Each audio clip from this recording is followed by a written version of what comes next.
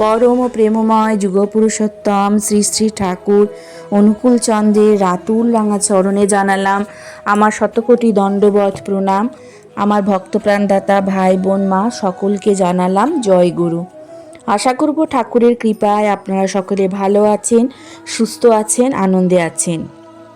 আজকে আমরা ইষ্ট প্রসঙ্গে আলোচনা করব যে কোন 7টি লক্ষণ দেখলে বুঝবেন ভগবান আমাদের পরীক্ষা নিচ্ছেন।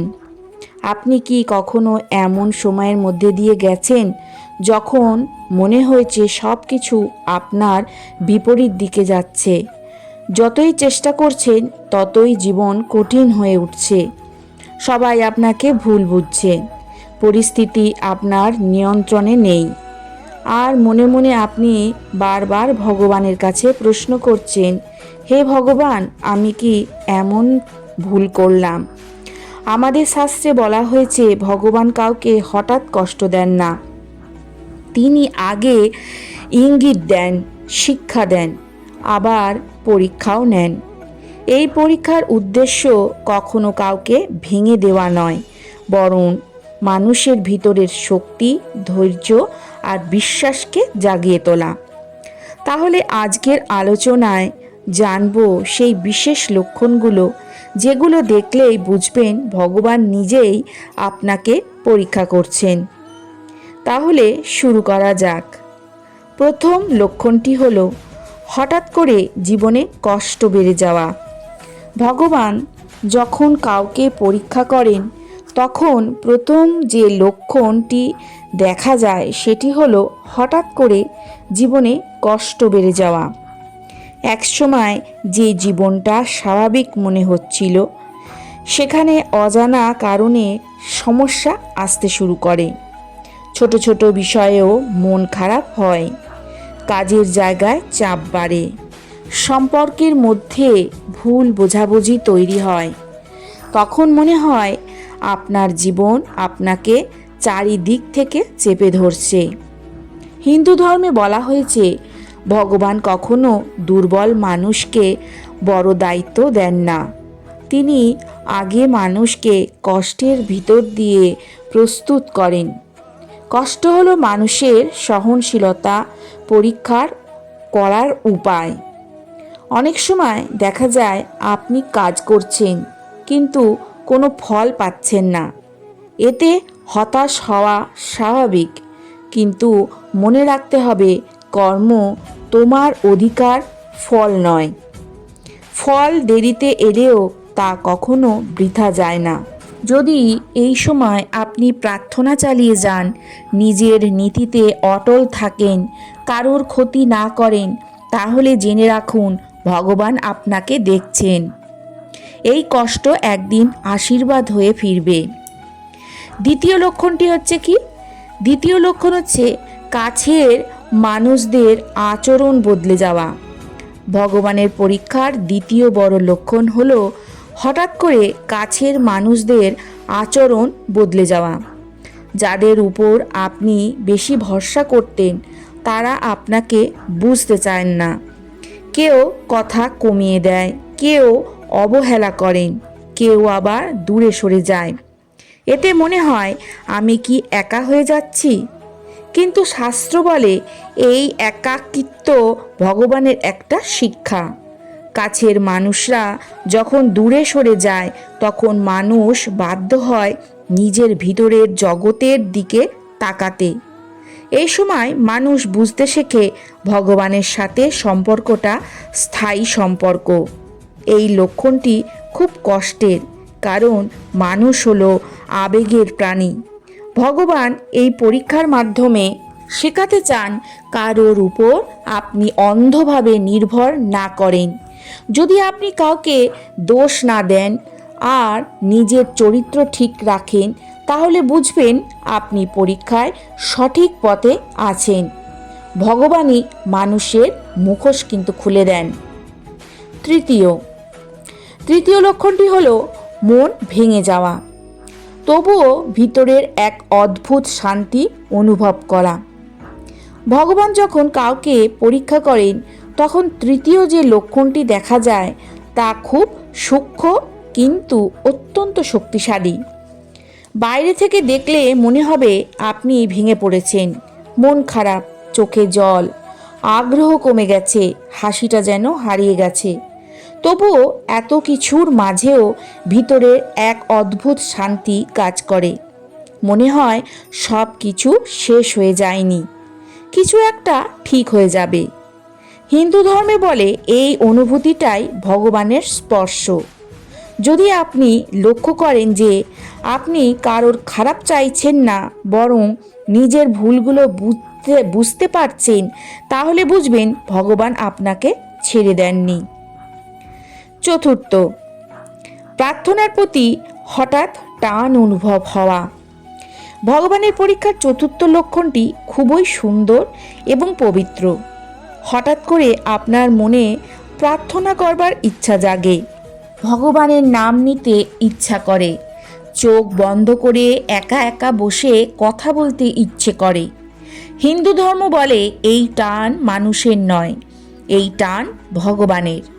শাস্ত্রে বলা হয়েছে ভগবান যখন কাউকে ডাকেন তখন তিনি কষ্টের ভাষায় ডাকেন, কারণ সুখের সময় মানুষ ভগবানকে ভুলে যায়, দুঃখের সময় মানুষ সত্যিকার অর্থে ভগবানকে খোঁজে।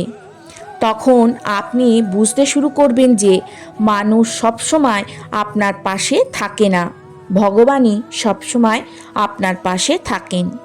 যদি আপনি নিয়মিত প্রার্থনা করেন, নিজ কাজ সৎভাবে করেন আর ফল ভগবানের ওপর ছেড়ে দেন, তাহলে বুঝবেন আপনি পরীক্ষায় উত্তীর্ণ হওয়ার পথে আছেন। পঞ্চম, জীবনের প্রতি দৃষ্টিভঙ্গি ধীরে ধীরে বদলে যাওয়া। আগের মতন আপনি সব কিছুকে আগের মতন দেখেন না। যে সব বিষয় একসময় খুব গুরুত্বপূর্ণ মনে হতো, সেগুলো এখন তেমন গুরুত্ব পায় না। আবার যেগুলো আগে অবহেলা করতেন, সেগুলো হঠাৎ করে মূল্যবান মনে হতে শুরু করে। শাস্ত্রে বলা আছে প্রকৃত জ্ঞান আসে অভিজ্ঞতা থেকে, বই থেকে নয়। এই সময় আপনি লক্ষ্য করবেন আপনার কথা কমে গেছে, কিন্তু চিন্তা গভীর হয়েছে। আপনি কোনো সিদ্ধান্ত তাড়াহুড়ো করে আর নেন না। আগে যেটা দেখে রেগে যেতেন, এখন সেটা দেখে নীরব থাকেন। এই নীরবতা দুর্বলতার নয়, এটা পরিণতির লক্ষণ। এই পর্যায়ে এসে আপনি বুঝবেন সব কিছু ধরে রাখার নয়, কিছু কিছু ছেড়ে দেওয়ার, সম্পর্ক, আশা, এমনকি কিছু স্বপ্ন। এই লক্ষণের একটি গভীর ইঙ্গিত হলো আপনি ফলের চিন্তা কম করে কাজের দিকে বেশি মন দেন। ষষ্ঠ, একা হয়ে যাওয়া, ভিতরে ভিতরে শক্ত হয়ে ওঠা। এই লক্ষণটি হলো মানুষ ধীরে ধীরে একা হয়ে যেতে থাকে। চারপাশে মানুষ থাকলেও মনে হয় কেউ আপনাকে পুরোটা বুঝছেন না। কথা বলার লোক আছে, কিন্তু মনের কথা বলার মানুষ নেই। এই একাকিত্ব খুব যন্ত্রণার। মানুষ সাধারণত একা হতে ভয় পায়, কারণ একা মানেই নিজের মুখোমুখি হওয়া। ভগবান যখন পরীক্ষা করেন, চারপাশের কোলাহল ধীরে ধীরে কমিয়ে দেন। মানুষ তখন নিজের কণ্ঠস্বর শুনতে পান। শাস্ত্রে বলা হয়েছে আত্মজ্ঞান কখনো ভিড়ের মধ্যে আসে না, আত্মজ্ঞান আসে নীরবতায়। এ সময় আপনি লক্ষ্য করবেন আগের মতন গল্প, আড্ডা এসব আর আপনাকে টানে না। এটা বিষণ্ণতা নয়, এটা ভিতরের পরিবর্তন। এই পর্যায়ে এসে মানুষ ধীরে ধীরে শক্ত হতে শুরু করে। এই সময় আপনার ধৈর্য বেড়ে যায়, সহনশীলতা বেড়ে যায়। শাস্ত্রে বলা হয়েছে যে মানুষ একা দাঁড়াতে শিখেছে, সে আর কখনো ভেঙে পড়ে না। এই লক্ষণের শেষ শিক্ষা হলো ভগবান আপনাকে মানুষের ভরসা থেকে সরিয়ে নিজের ভরসার দিকে আনছেন। সপ্তম, সব কিছু ছেড়ে দেওয়ার মানসিকতা, আশা, কিন্তু ধর্ম ও ন্যায় ছেড়ে না দেওয়া। ভগবানের পরীক্ষার শেষ লক্ষণটি সবচেয়ে গভীর, সবচেয়ে কঠিন এবং সবচেয়ে পবিত্র। এই লক্ষণটি আসে তখন যখন মানুষ তার জীবনের অনেক কিছু হারিয়ে ফেলে, অনেক কিছু সহ্য করে, অনেক কষ্টের ভিতর দিয়ে যায়। আর এক সময় এসে তার ভিতরে এক অদ্ভুত অনুভূতি জন্মায়, সব কিছু ছেড়ে দিতে ইচ্ছে করে। এই ছেড়ে দেওয়া মানে আসক্তি ত্যাগ করা। হিন্দু ধর্মে বলে এই অবস্থায় পৌঁছানো মানেই মানুষ ভগবানের পরীক্ষার শেষ ধাপে পৌঁছে গেছে। এই সময় মানুষ আর কিছু জোর করে ধরে রাখতে চায় না। সম্পর্ক হোক, সম্মান হোক, প্রত্যাশা হোক, সব কিছুর ওপর থেকে আঁকড়ে ধরার প্রবণতা কমে যায়। এ সময় আপনি লক্ষ্য করবেন, আপনি অন্যায়ের প্রতিবাদ করবেন ঠিকই, কিন্তু রাগে অন্ধ হয়ে যান না। এই সপ্তম লক্ষণে এসে মানুষ তার জীবনের গতি ধীর করে। সে অযথা দৌড়ায় না, সে জানে দৌড়ে কিছু পাওয়া যায় না, ঠিক পথে হাঁটলেই যথেষ্ট।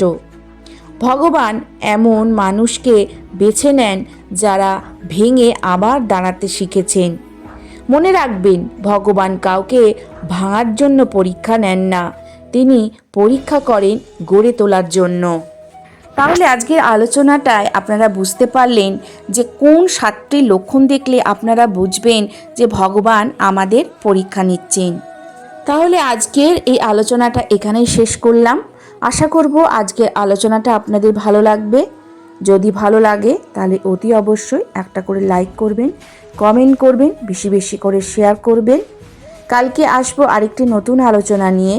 সবাই ভালো থাকুন, সুস্থ থাকুন, সাবধানে থাকুন।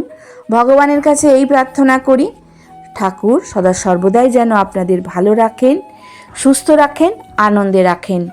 জয় গুরু, বন্দে পুরুষোত্তমম।